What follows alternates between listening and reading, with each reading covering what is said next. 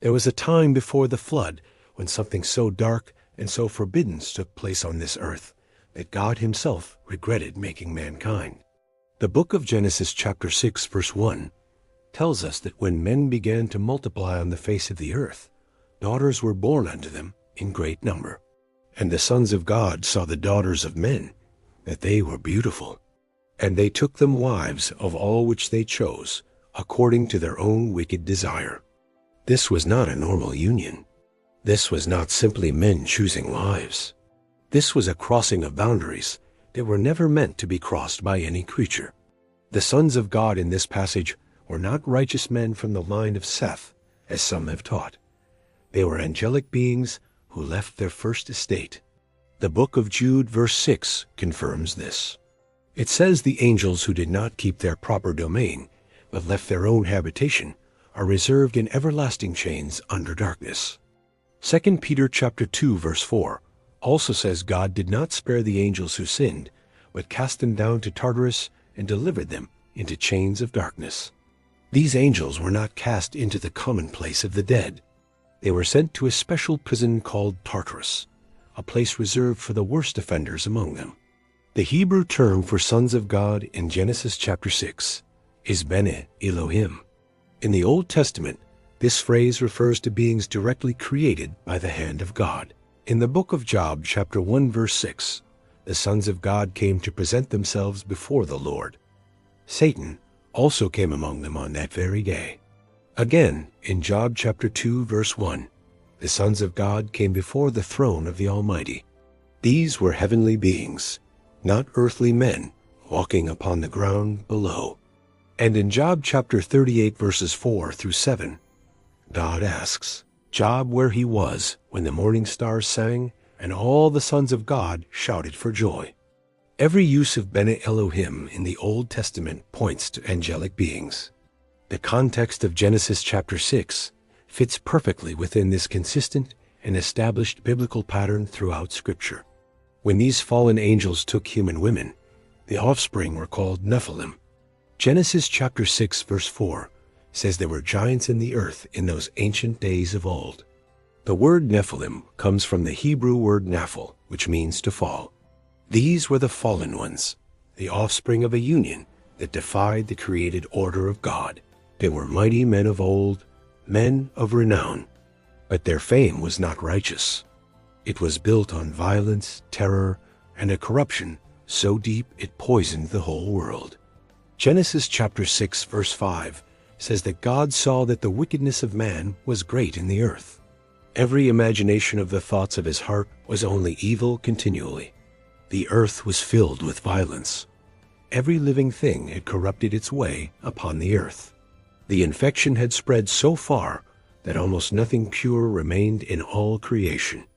This was not simply human sin spiraling out of control. This was a satanic strategy aimed at the destruction of the human race and the bloodline of the promised Messiah. Back in Genesis chapter 3 verse 15, God had promised that the seed of the woman would crush the head of the serpent. Satan heard that promise and trembled with rage. From that moment, the enemy set out to corrupt the seed. If he could pollute every human bloodline, then the Redeemer could never come. The Messiah could never be born of woman. This is why the fallen angels crossed the boundary. They were not acting alone. They were carrying out a plan from the kingdom of darkness to stop the plan of God. But God always preserves a remnant. Genesis chapter 6 verse 8 says Noah found grace in the eyes of the Lord. In a world of total corruption, one man still stood. Genesis chapter 6 verse 9 says Noah was a just man and perfect in his generations. That word perfect in Hebrew is tamim. It means whole, complete, without blemish or mixture. Noah's bloodline had not been contaminated by the fallen angels. His genealogy was pure. That is why God chose him. Through Noah, the seed of the woman would be preserved forever.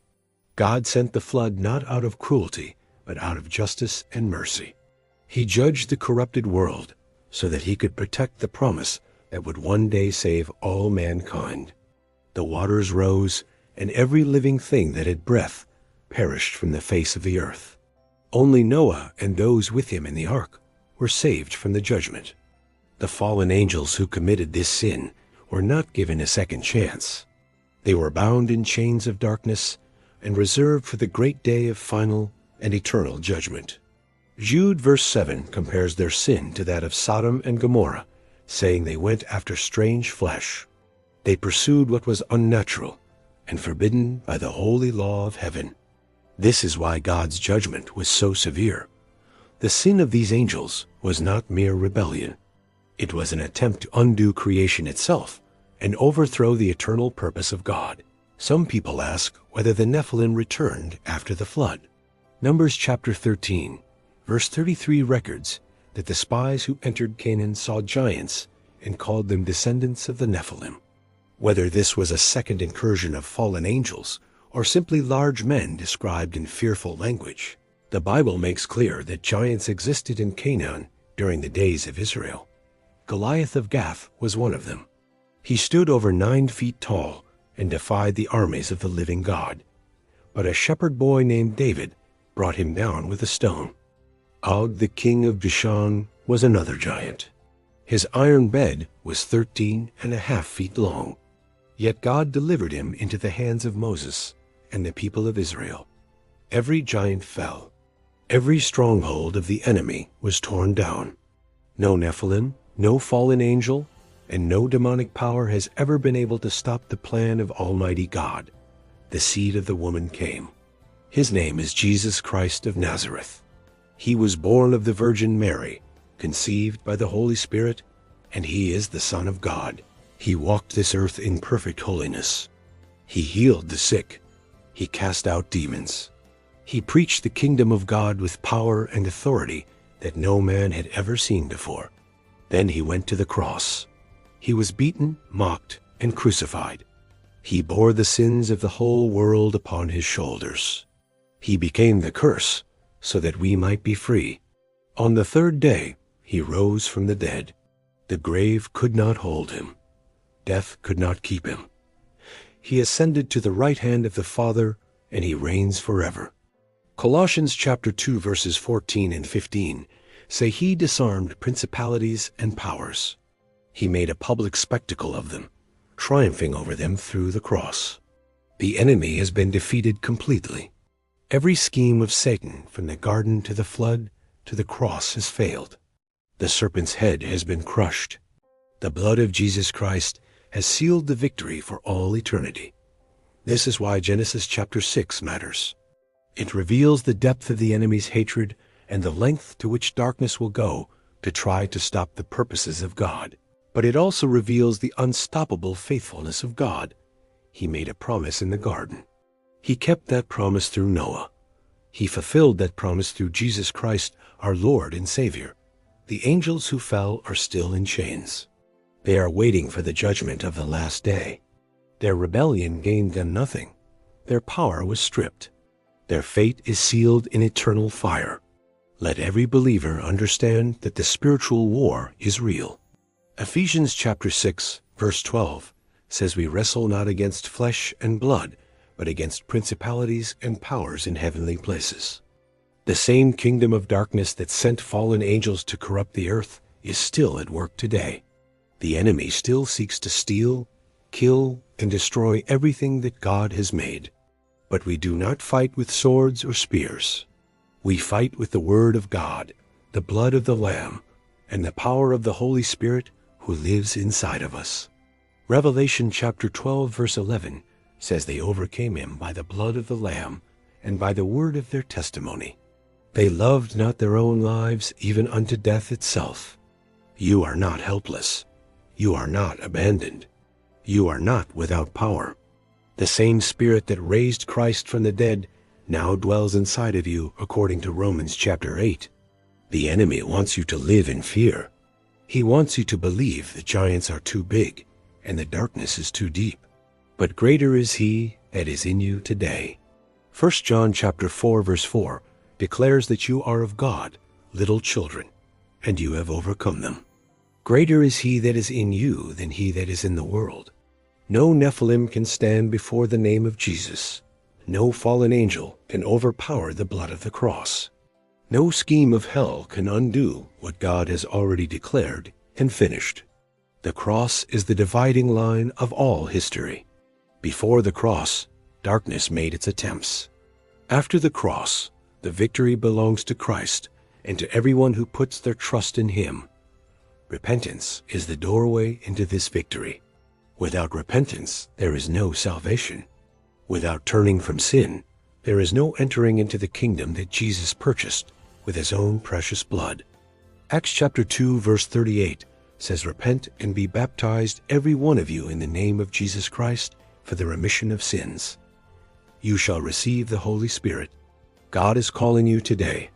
He is calling you out of darkness and into His marvelous light. He is calling you away from sin, away from compromise, and into the arms of Christ. Do not harden your heart. Do not delay.